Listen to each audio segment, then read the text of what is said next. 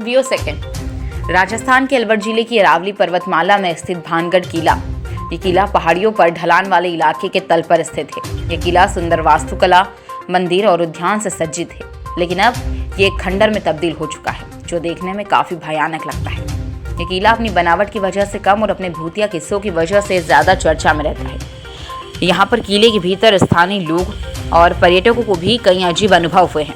यहाँ पर लोगों का कहना है कि किले के भीतर कुछ संदिग्ध घटनाएं महसूस की गई। इस किले को लेकर कई कहानियां भी प्रचलित है।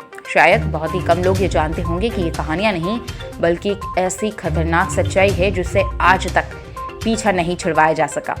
17वीं शताब्दी में राजा सवाई मानसिंह के छोटे भाई राजा माधो सिंह ने भानगढ़ किले का निर्माण करवाया था, और किले के चारों ओर पहाड़ों की खूबसूरती है।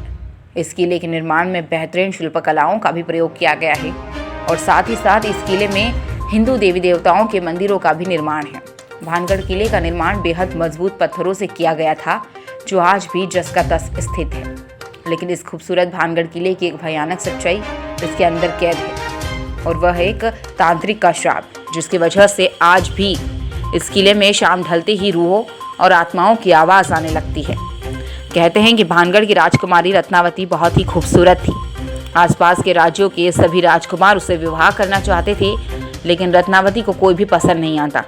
लेकिन उसी राज्य में रहने वाला सिंधिया, जो काले जादू का ज्ञाता था, उसकी नज़र भी रत्नावती पर थी, और रानी रत्नावती के रूप का दीवाना था और उससे विवाह करना चाहता था। लेकिन रत्नावती ने कभी उसे पलट कर नहीं देखा। जिस दुकान से रानी रत्नावती के लिए इत्र जाता था, उस दुकान में जाकर रत्नावती को भेजे जाने वाले इत्र की बोतल पर काला जादू कर उस पर वशीकरण मंत्र का प्रयोग किया। लेकिन अपने इस काले जादू का असर सिंधिया पर पलट गया, और एक भारी भरकम पत्थर के नीचे आने से काले जादूगर सिंधिया की जान चली गई। लेकिन मरते मरते उसने राजकुमारी समेत पूरे भानगढ़ को यह श्राप दिया कि इस महल और भानगढ़ में रहने वाले सभी लोग मर जाएंगे, और वह फिर कभी भी जन्म नहीं ले पाएंगे।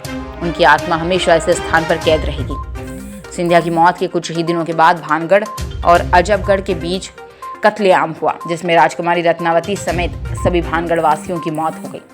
यहाँ कई पैरानॉर्मल सोसाइटी के लोग भी अक्सर रिसर्च करने आते रहते हैं। किसी ने यहाँ भूत होने का दावा किया, तो किसी ने महज अफवाह करार दिया। भारतीय पुरातत्व विभाग ने भी सूर्यास्त होने के बाद यहाँ जाने के लिए मना कर रखा है। ऐसे में पैरानॉर्मल रिसर्चर्स गौरव तिवारी भी अपनी टीम के साथ यहाँ पहुँचे थे। यहाँ उन्होंने पूरी रात गुजारी और भूतों से बात करने की भी कोशिश की। भानगढ़ के भूतों से क्या सवाल किए गए, आपको बता दें कि गौरव तिवारी दिल्ली के द्वारका के सेक्टर 19 में अपनी फैमिली के साथ एक फ्लैट में रहते थे। वे अपने फ्लैट के बाथरूम में मृत पाए गए। उनकी मौत को पैरानॉर्मल शक्तियों से भी जोड़कर देखा जा रहा है। आपको बता दें कि गौरव करीब 6 साल पहले अपनी टीम को लेकर भानगढ़ में रिसर्च करने पहुंचे थे। भानगढ़ का किला दिल्ली से लगभग 300 किलोमीटर दूर है। अच्छा होगा अगर आप सुबह सुबह निकलें और सूर्यास्त से पहले किला घूम लें, क्योंकि सूर्यास्त के बाद वहाँ घूमना मना है। इसके अलावा आप खुद की गाड़ी से या रेंट पर लेकर भानगढ़ किला घूमने के साथ साथ निमराना, जयपुर, सरिस्का, अलवर भी घूम सकते हैं।